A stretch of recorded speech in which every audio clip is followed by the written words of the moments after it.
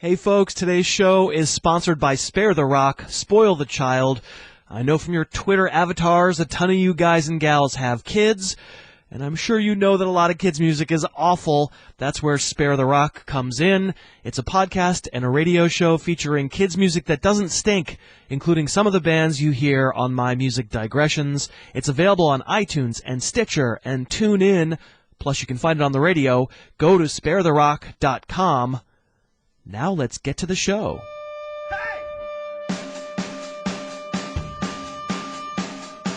It's the Harris Football Podcast with your host, Christopher Harris. Yeah. Okay. Let's do it. Hey, everybody. I am Chris Harris. This is the Harris Football Podcast. We're 1 week away from games that count. And actually tonight, which is Thursday night, we'll mercifully see our final preseason action. Of course, the real drama is whether any players who actually matter to their NFL teams will see the field. Then the question is whether any of those guys get hurt. But the preseason ending is so sweet. Please bring on Steelers-Patriots. You've heard me talking about La Liga Lebowski on this fine podcast, which is the Dynasty League I started, and it has some pretty far-out rules. And I wanted to mention what's fun this year is that several fans of mine have banded together to create La Liga clone leagues. And I want to give them a shout-out. By the way, I should mention, fans of the show who are gathered to make these leagues also give each other fantasy advice in our Facebook fan page, which you can find on Facebook. Search Harris Football fan page. I recommend joining up, as I've kind of been using it as an advisory board for the show. So if you're into the show, go to that Facebook fan page. Anyway, at first it was just going to be one La Liga clone league, and that one is called Mouse Morrison Memorial. Mouse Morrison being the narrator of my novel, Slotback Rhapsody. That's very nice. And it has Brian Wagers, who runs the fan page, and Matt Coots, who's the commissioner, and Viola James, who's done so many of the incredible show-related illustrations you've probably seen me post on Twitter. And Mouse Morrison Memorial is up and running, and then there was so much interest that there are more clone leagues, so here's a shout-out to them, to La Thriga, which is a hilarious name, and to Anti-Trash Bags, who obviously consider Cousin Josh their spirit animal.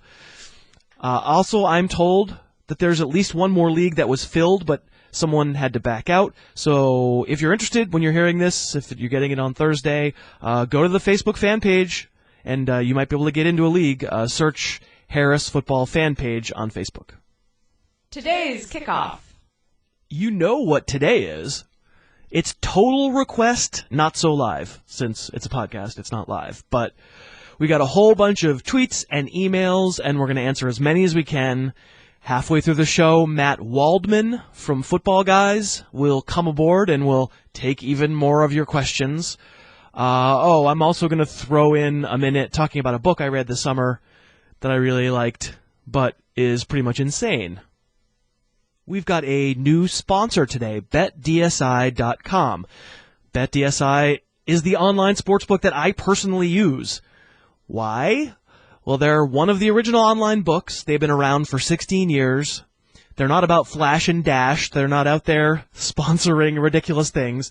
BetDSI is known for helping set the lines, and they're dedicated to being accessible, a website that's always up, and a company that always pays when you want your winnings.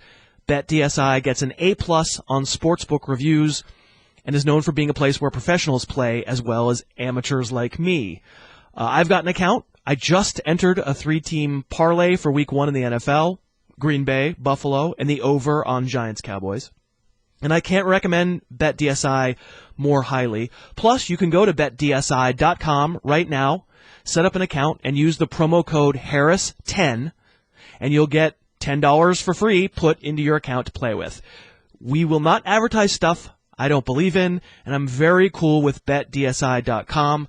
So if you're looking for a place to play, go there now and use promo code Harris10. That's BetDSI.com, promo code Harris, no space, and the number 10. Okay, quickly, There was a report out of Buffalo that has people swooning over LaShawn McCoy. Rex Ryan said something that sounded pretty innocuous to me, something about how either Shady is going to play or he's not going to play, and then it's next man up. And then suddenly my Twitter feed, at Harris Football, blew up about how McCoy was doubtful for week 1. Again, I'm just a caveman, but even I know that we should not be doing the fart and whistle routine. Don't interpret what coaches say. Teams don't have an incentive to be truthful. I'm not telling you McCoy's going to definitely play. I think it's smart to have a contingency plan in place just in case, but don't go off half-cocked based on some reporter's interpretation of Rex Ryan's body language. If McCoy were to miss time, the fact is you probably can stop asking me who would be the starting running back in Buffalo because we don't know. How could we know? They're not going to tell us. Could be Carlos Williams, but is he healthy? We don't know. Could be Anthony Dixon, but he had a long-term calf injury. Is he healthy? Could be Bryce Brown or some combination of all these guys. The thing here is don't assume McCoy is out, but if he winds up being out, be ready with a bench player and don't feel obliged to start a Bills running back in week 1 in Shady's place because we don't know. My bet for the longer term would be Carlos Williams. So if you felt like you wanted to roster one of these guys, that would be my choice. If he's healthy, he's a super deep sleeper of mine, but that's, based more on not loving Dixon or Brown than anything else. It's certainly no guarantee, and it could be a platoon. We're also sponsored today by DraftKings. Only tonight's preseason games to go before the regular season kicks off, and you could start the season by winning $2 million in week 1 at DraftKings.com, America's favorite one-week fantasy football site. A lot of you have jumped in on DraftKings, and I think it's awesome, and you should know that beginning next week, we're going to have a weekly segment where we talk specifically about our picks for that weekend's games. It's not like we're never wrong, but at the very least, we'll give you a solid way to think about playing at DraftKings, and hopefully we'll all have a bunch of winners. So if you've ever been tempted to try DraftKings, this is a great time. Plus, you'll be helping out the little podcast that could, and you'll have a support staff in place here on the show. So hurry to DraftKings.com now and use promo code Harris, and you'll get a free entry. Plus, remember, the Week 1 Millionaire Maker is giving away $2 million for first prize and $1 million for second. Enter Harris, Harris, for a free entry at DraftKings.com. That's DraftKings.com. Time for the mailbag. That's right. Amber is so on top of things. It's all mailbag today. We're digging deep into email questions and some Twitter to talk about stuff that you all asked, and I think, and I hope, will apply to most leagues. First up is an email from Joe Dorsey.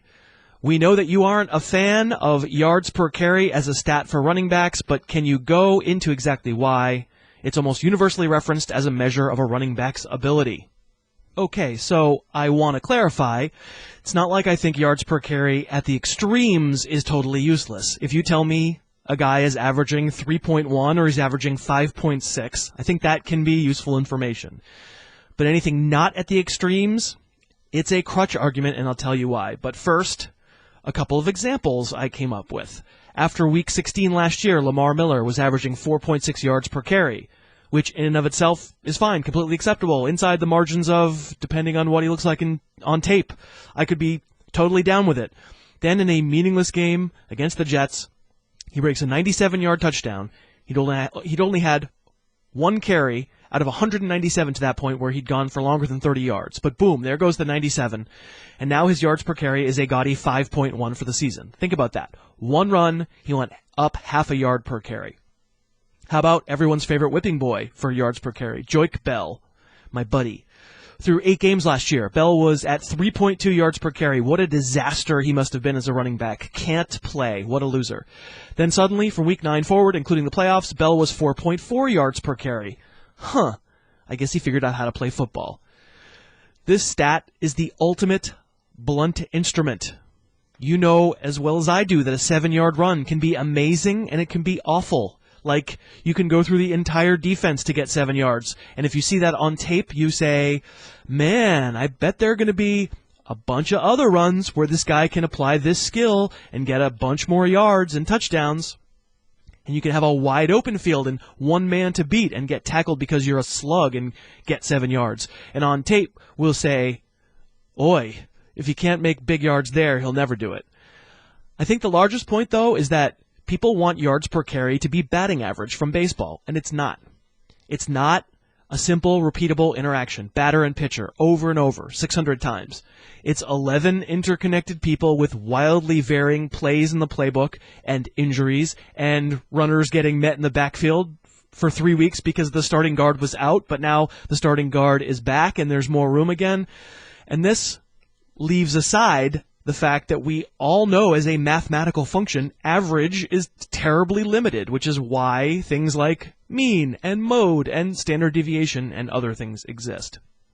Anyway, yards per carry. Yuck, except at the extremes. Next up, Ethan Stevenson, who sent an email to heyharris@harrisfootball.com. I'm playing with Fab for the first time this year. Could you go over some year-long broad strokes strategies for managing your budget? Sure, I can. So what Ethan is talking about when he says Fab is free agent acquisition budget. So there are a lot of leagues who don't do in-season player acquisition via waivers. Instead, free agents are acquired by blind bidding. Once or twice a week, there's a blind auction where you can submit bids for any player who's unowned in your league, and high bid gets the player. My opinion, this is the best way to handle free agents in any fantasy league. So, in a dynasty league like La Liga, there's an overall player salary cap, and teams are bidding with their cap space. In most leagues, though, all the teams start out with the same Fab budget. Let's say it's $100 in play money. So what Ethan is asking is, how do you manage your $100 worth of Fab budget? Well, every league is different. Some leagues have incredibly aggressive bidders who aren't scared by blowing their entire wad on the first name they think might be big. Kevin Ogletree for the Cowboys a few years ago, Alan Hearns last year, that kind of thing. And in some leagues, folks are more conservative. So unless my team has a glaring need right away, as in everyone gets hurt week 1, I will tend to lay back for a week or two and see how it goes, get a sense that, yeah, okay, the potential stars are going to cost this much, that kind of thing. The fact is, of course, that every auction for every individual player is its own animal, and desperation is going to dictate how far a team is willing to spend to get a player. But generally speaking, I'm not blowing a big percentage of my budget early in the year unless I have serious desperation, or there's, just an obvious name who will become a starter for me on my fantasy team right away. This isn't a hard and fast rule, but when midseason comes, I like to be sitting on as much cash or as, maybe a little more cash than a lot of my league mates, because injuries get worse later in the year, and it's nice to be able to throw down and know you'll get a guy when you really need him. But as I say, not hard and fast. Justin Forsett would have been worth a big bid early last year. But that is my general approach. Eric Clark sends an email. Hey, Harris. I have completed several drafts thus far and have a couple more this weekend. I have stuck to the strategy of drafting QBs and tight ends late. This has afforded me some really nice wide receivers and running backs. However, I'm starting to get worried about my QB and TE production. Should I be worried about having guys like Eli Manning, Cam Newton, Carson Palmer, or tight ends like Jordan Reed, Zach Ertz, Kyle Rudolph, Delaney Walker?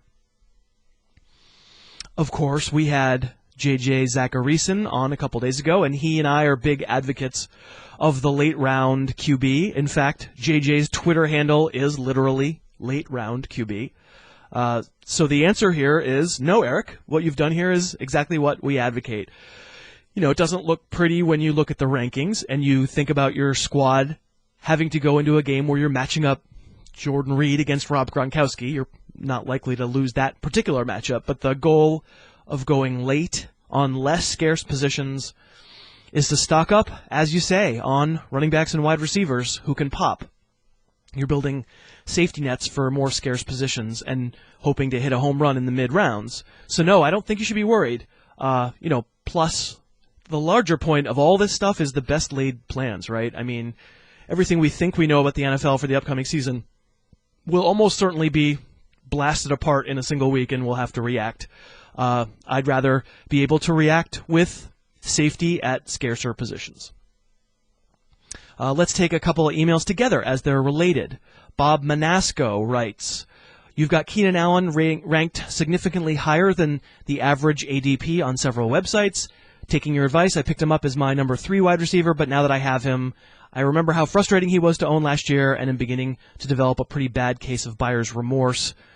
And Dan Scheel emails, question about Stevie Johnson. Stevie seems to gain steam as a trendy sleeper. If he has a good year, how many times do you think he could finish in the weekly top 12 and the weekly top 24? So let's do a little Chargers receiver talk. Bob is right. Keenan Allen was frustrating to own and to rank last year. He was so strong as a rookie, and he was a bust in 2014. So why am I a believer this year? I admit it's something of a leap of faith. I don't pay that much attention to what people are saying about him. He looks great in camp, or what he did on just a few plays in the preseason. I'm basing my rank and my analysis, by Allen at his peak. I'm considering that, to borrow from baseball, when a young player displays a skill, he has that skill, and it hasn't just vaporized. Of course, that's not always true. To Trent Richardson, but I'm hoping in Allen's case it is true. I watched that 2013 tape again, and Allen's route running was so crisp, and he was so deceptive. He was open all the time, put a lot of cornerbacks in the torture chamber. Didn't happen nearly as much last year, and yeah, maybe he wasn't in as good a shape. That's the party line now. I'm guessing he was hurt. He didn't look like the same player to me, so I admit I'm taking a risk on Allen.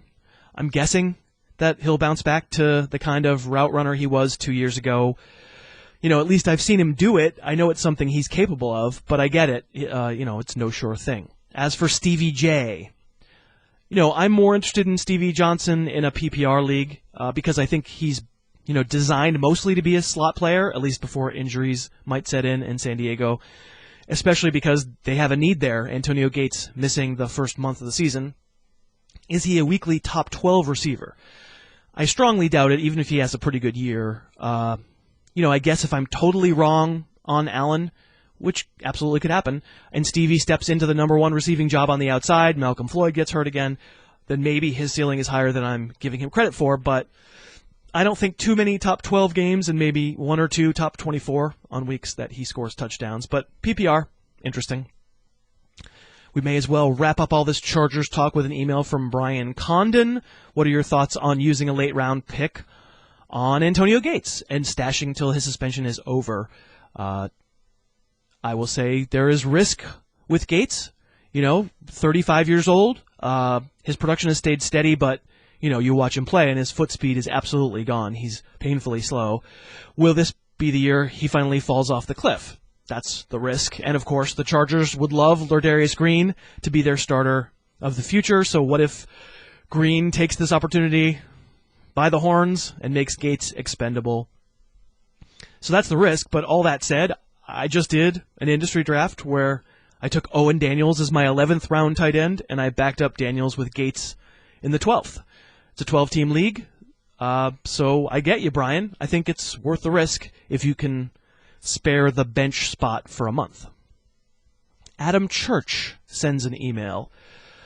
Last year in our auction draft keeper league, I picked up Adrian Peterson for $52 in the draft. Since he wasn't playing, I dropped him during the season to waivers, and then I submitted a fab bid for him of $21 and won, effectively making him a great keeper by renegotiating his contract. Since he went to waivers, all teams had an opportunity to acquire him, so I see nothing wrong with this, but in fairness, I am pretty morally flexible. Yeah, Adam, I'm sure you are, but that's not a problem for me. I don't think it's immoral either. As you say, everyone had a chance to bid on him. In La Liga, no in-season free agents are keepable next year unless you franchise tag or transition tag them, which makes them really expensive. And the reason is for exactly scenarios just like this. But no, I think according to your league rules, I don't see anything sketchy.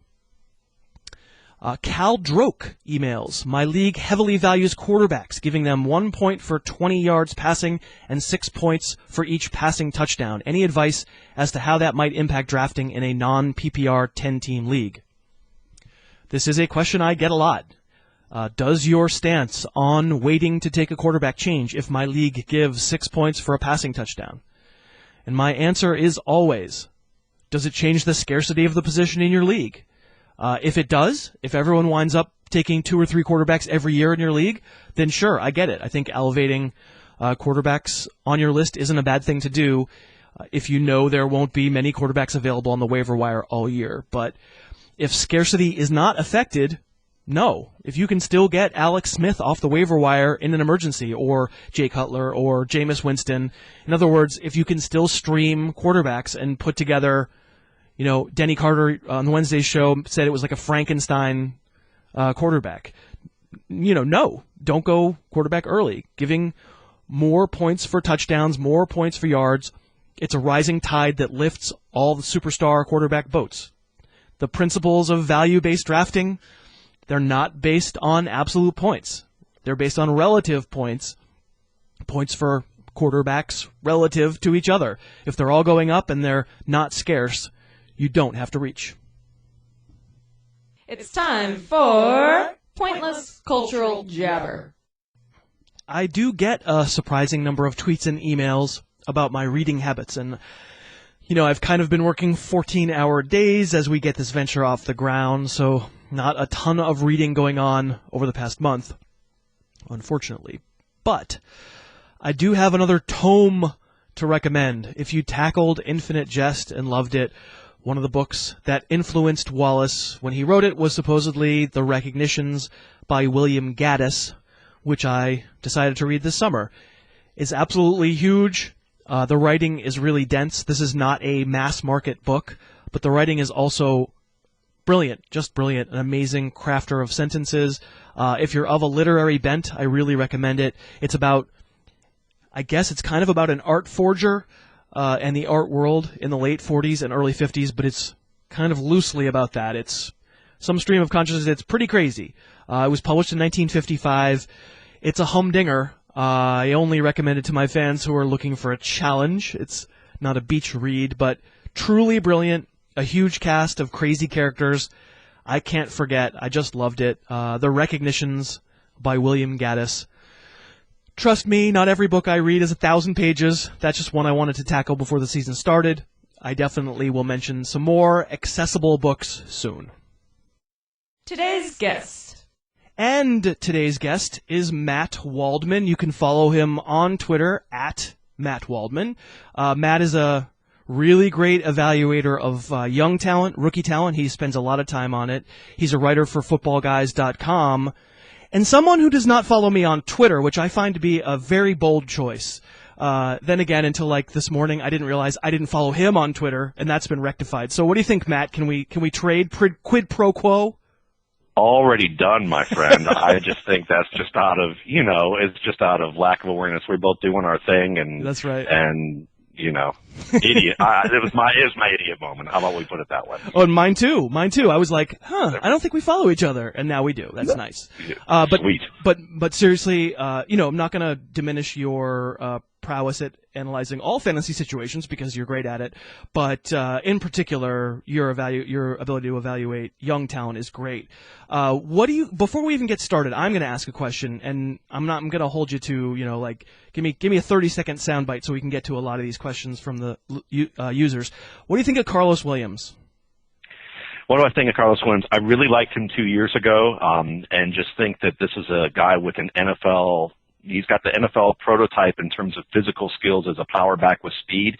He just has to refine his ability in between the tackles on certain down and distance situations so that he can be just a smarter runner. And that might take some time. And I think people were worried last year that the light bulb didn't come on, but I actually think they overreacted. He's a very good receiver out of the backfield.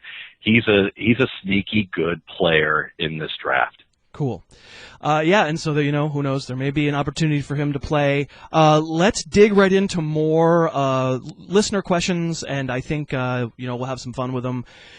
I'm going to mostly ask you. I'll weigh in, here and there. You can feel free to ask me whatever you want to ask me. A Twitter question from a truck says, which starting quarterback not being drafted in standard 12 teams are you most interested in upside-wise? not being drafted in standard teams upside-wise. I would say, I guess I'll have two here that are interesting to me. I think that I'm still interested in Johnny Manziel, even though it's in terms of a situation that may still be a toxic one where Mike Pettin just isn't really into having Manziel. But I think he's the type of player that when you think of Jameis Winston, you see a player who plays outside the structure of the play really well. But in order to do that, you have to get a good feel for what your boundaries are. And I think that this year you're going to see Winston have a lot of, high points and low points, sometimes in the same game. And I think Manziel is a similar player in that regard, and he needs probably a season on the field now that he's going to have a season to kind of get his act together and get healed up a little bit with the elbow, hopefully. So I'm interested in him. And then long term, I would say Brett Hundley of the Packers is a guy that I thought was a very good quarterback who did extremely well in the pocket, even though people talked about some issues there. I think that he was limited by a Jim Mora junior offense that really didn't allow him to audible, didn't allow him to do a lot of things that a lot of quarterbacks do. They just relied on his athleticism. And I think he's a much smarter, more accurate, headier player and student of the game than people expect. And he wrapped up that third quarterback job in Green Bay. And this was after Mike McCarthy said that, Matt Blanchard looked so good and couldn't believe he didn't have a job in the NFL. And maybe some of that was to motivate Hundley and say your life isn't going to be that easy just because Ted Thompson picked you in the 5th round as a guy to stash. But I thought he looked good against the Eagles after a little bit of a shaky start with the first team, and I think he's going to come along. Is there anybody you think in that regard that? Yeah, I mean, I'd say Tyrod Taylor. Yeah. Just because I'll take running yards, and if he's never being able to complete 60% of your throws in college is a really big red flag for throwing accuracy. And so, of course, there are real questions. Is he Terrell Pryor, right? Is he just never going to be able to throw in the NFL? But I'll take the running, and he's moved that offense. So I got my eye on him anyway. Absolutely. That's a great choice. And I think, obviously with that run game, if McCoy can get healthy, those two guys, are going to work well with each other, especially if you use some read option. So let's go on to Mike Salata, who says he has a question about trades in fantasy. Could you give us some guidance on player value? Can I use your player ranks or any player ranks as a guide for one-for-one trades? I think yes. The answer is yes on that. And then how do you evaluate or offer a trade that's 2-for-1 or 3-for-1? That's a great question, and I think that probably one of the things that you need to do is you have to consider really the league format you're in. If it's a redraft league, it's just 1 year, so you're really thinking about fit and offense, how likely that player is going to get a routine time, and if it's a 2-for-1, 3-for-1, you have to think about whether, if you're getting the two players, you want to make sure that you have probably the depth at the position that the one position you're giving up to make up for it. And so the way I look at it is it's just more of a matter of looking at how much, I would almost look at it as kind of like VBD or value-based drafting, where you're looking at how much value you estimate that player is going to give compared to, the two that you're giving up, and hopefully that it's a fairly even amount. And I would say it's something that you can kind of just keep track of. If you do that type of value-based drafting, you can kind of keep up with those numbers throughout each week and kind of make an adjustment that way. Yeah. And for me, I kind of, it's a hackneyed old phrase from fantasy football. I kind of do think the player who gets the person who gets the player who's the best player in a deal almost always wins that deal, unless you're in a league that's really scarce. A very deep league, that won't be the case. I prefer to be the person getting the one player, as long as it's a really good one. Of course, you can't make that kind of blanket statement, because there are times when you had a lot of problems on your team, you had a lot of injuries, a lot of underperforming dudes, and you need multiple players. You got to give up, 2 or 3 for one. But in a vacuum, I'd rather get the one. Yeah, and I agree. And I would also add that there are some guidelines to consider when you're thinking about positions, because, which positions are the easiest to trade, which positions are the hardest to trade. And I think that helps inform the types of deals you want to make, as well as which positions are easiest to get off the waiver wire or the most difficult, So, people tend to be able to get quarterbacks off the waiver wire. Running backs, different story. That's right. So running backs are going to be the easiest to trade away and the most valuable, whereas wide receivers are kind of like, middle, fluid currency. Yeah, in the middle. You can usually find yourself a wide receiver 3, wide receiver 4, and off the waiver wire. And you also have to understand, too, that with the waiver wire, one pick usually, if you hit on one pick during the year, that usually can dramatically change your team. But how long do you have to wait for that compared to picking the player you want and going after them from another team? Right. That's a good point. That's a great point, because my statement was way too general. I mean, if it's a 2-for-1 or 3-for-1 and you're giving up a less scarce position, it's much less painful. I totally agree there. Another trade question from Ryan McNamee. After much heat from the league for not spicing things up enough, our commissioner has opened the trading of draft picks. We are a 12-team league with standard scoring and no keepers. Being the first time any of us have dealt with the possibility of trading draft picks, it's somewhat like the wild, wild west right now.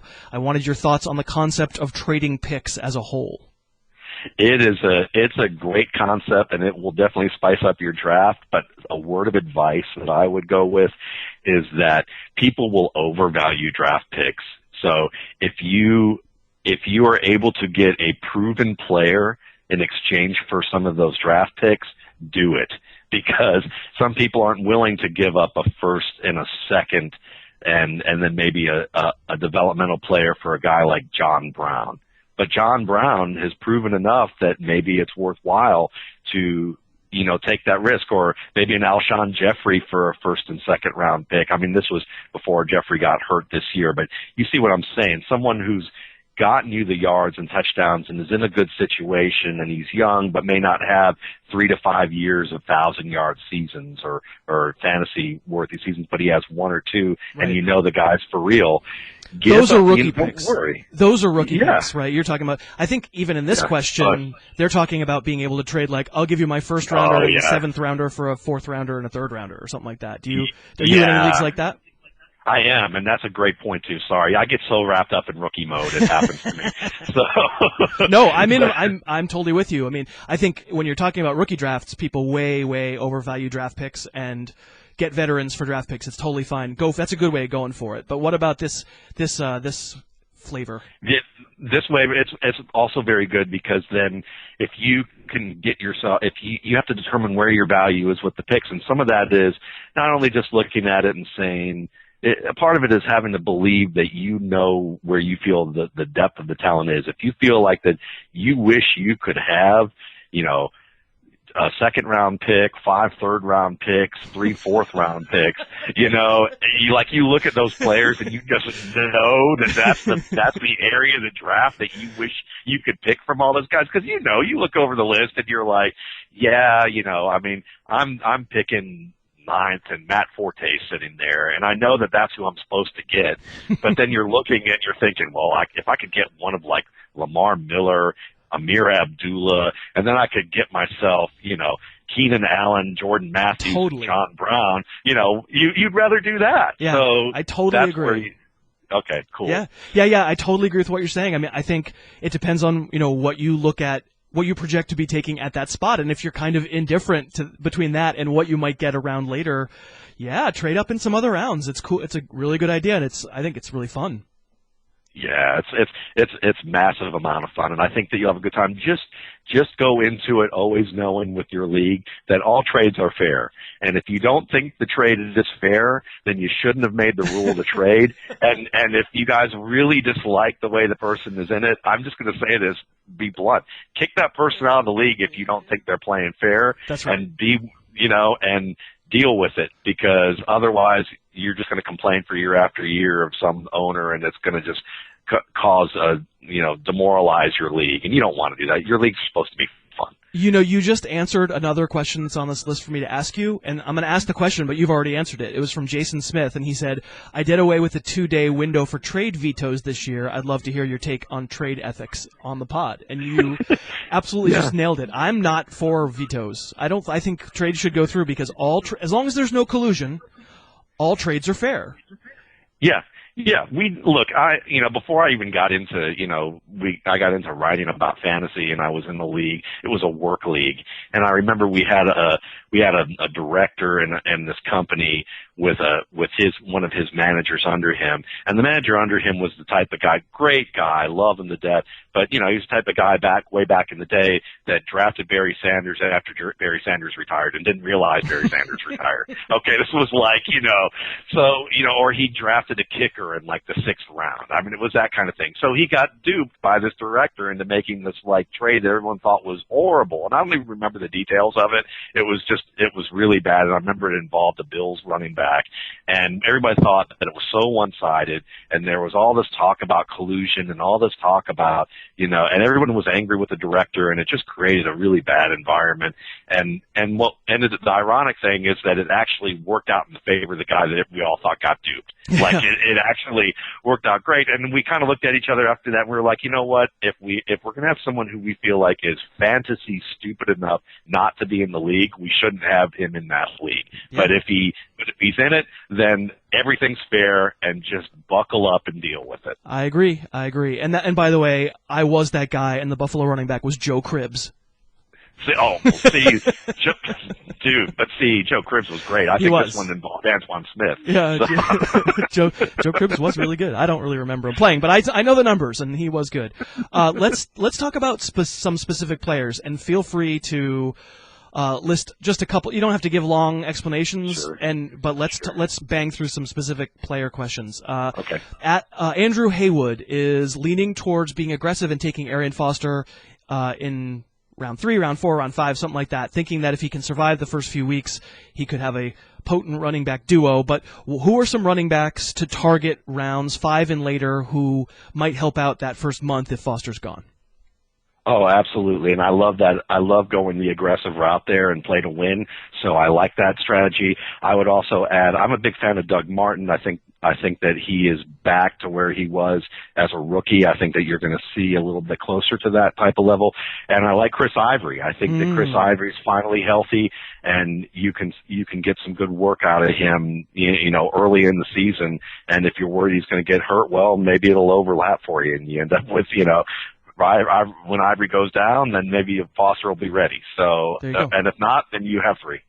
Yeah, and I'll say Trey Mason as a possibility. We don't know about his injury, his hamstring, but he's way later than round 5. I mean, you're talking round 10, but as somebody who can sneak in there, solutions for also people who are taking Le'Veon Bell, a Trey Mason, D'Angelo Williams, they might be able to help you out early. This is Josh Birdads who says, where would you rank Leonard Hankerson if Roddy White misses time?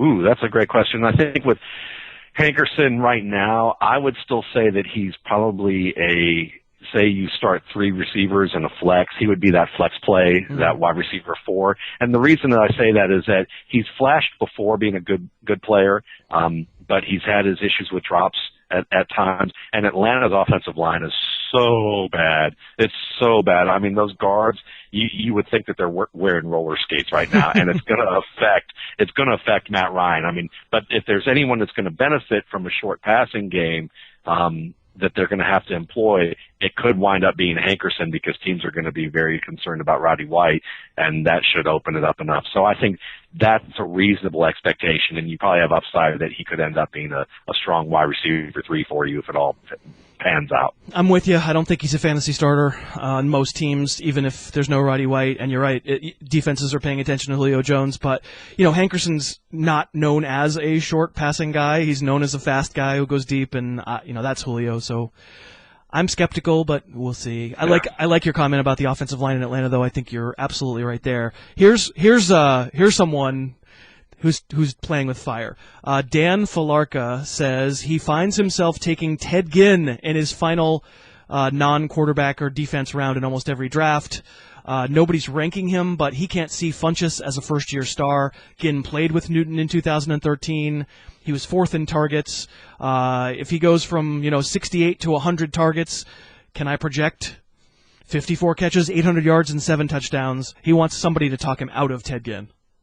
Okay, I'll try to talk you out of Ted Ginn. I think yeah. I mean, look, Ted, absolutely. If you think about his Ohio State days, you think about where he got drafted by the Dolphins. You would, if you're still thinking back in those days, that's the Ted Ginn that is finally going to show up then I understand why you're taking that chance.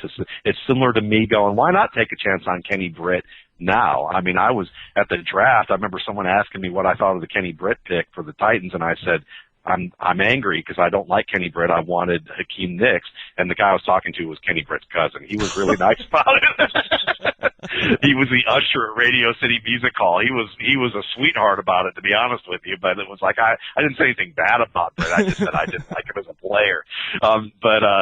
But now, it seems like he's turned himself around enough. So if you look at Ginn, he has gotten better each year, but again, he has to show that he can make the plays in tight coverage and be able to make catches all over the field and not just be a deep guy, a boom bust, either deep guy or just a screen pass guy. So a much better guy you can consider. I mean, guys like, why not go for Dorial Green-Beckham, who can run some routes still, and he's a younger guy that might pair up, or you could go with a guy like Britt that still gives you that kind of upside. I think that, another guy that tends to drop a lot is Marvin Jones out of Cincinnati, who I think is a consummate route runner, great in tight spaces, good after the catch. To me, he's like the next coming of Donald Driver, who may not seem like a great player, but was certainly a very good one. And opposite A.J. Green, and now that he's healthy, why not consider him in the later stages of your draft? Yeah, Marvin Jones, a flag player of mine for this year. I'm completely with you. And as far as Ginn goes, that you nailed it. My concerns about Ginn would be, even if there's a bigger role available to him, to expand his role away from just an once every 3 games touchdown maker on a deep threat. We don't think he has the ability to take advantage of that opening. So I'm with you on Ginn. And Kevin Norwood is a guy that they just traded for, and I know that everybody's like, well, whatever. He didn't do anything in Seattle after they had all the summer sunshine about him 2 years ago. But he's one of those players that kind of is more modeled after Kelvin Benjamin in the sense that he's the bigger guy, he can make plays in tight coverage. He's good on the sideline and boundaries, so I can see it from a template standpoint why they grabbed him. And so he's a good waiver wire guy to maybe watch by mid-season and see if he catches on. And that way you don't have to spend a pick on the Carolina offense. You can just kind of wait and see and sneak in on the waiver wire if it works out. There you go, Matt. That was Matt Waldman, who was a wonderful guest. And obviously, if you heard Matt talk about the younger players, he knows them backwards and forwards. I very much recommend that you follow Matt on Twitter at Matt Waldman. You can look up all his columns at footballguys.com. And you can't thank you enough for being here, Matt. And I bet you can't wait for the season to start either. Oh no, I can't wait either. And this was a pleasure, and I can't wait to follow you for takes now that we're following each other on Twitter. Which, of course, we've known each other for years, but stupidly we weren't following each other. Yeah, we're idiots. We're both idiots, but we had a lovely conversation. Thanks for doing it, Matt. Okay, thank you, Chris. And that's our show. But wait, don't go anywhere. Let me tell you about tomorrow, Friday's show. We'll review anything bad that might happen in Thursday's games, and then we're going to have what's been a perennial listener favorite. I will give my preseason awards, and I will unveil the name of those preseason awards. Thank you for all your nominees. And then Cousin Josh will come on, and he's going to give you the trash bags, or the baggies, or I don't know what he's going to call them, but we'll figure that out by then. Hope you'll tune in on Friday. Hope you'll subscribe in general. Beginning next week, we will be talking about actual ranks for week 1 and stuff like that. It's going to be fun. But come back tomorrow. Make sure it's going to be a fun show. Thank you very much for listening, and I hope you have a great rest of your day. Talk to you tomorrow. The Harris Football Podcast's opening theme is Under the Gun by Apex Manor. The end theme is Tooth and Claw by OU Villain. Subscribe to the Harris Football Podcast on iTunes and never miss an episode.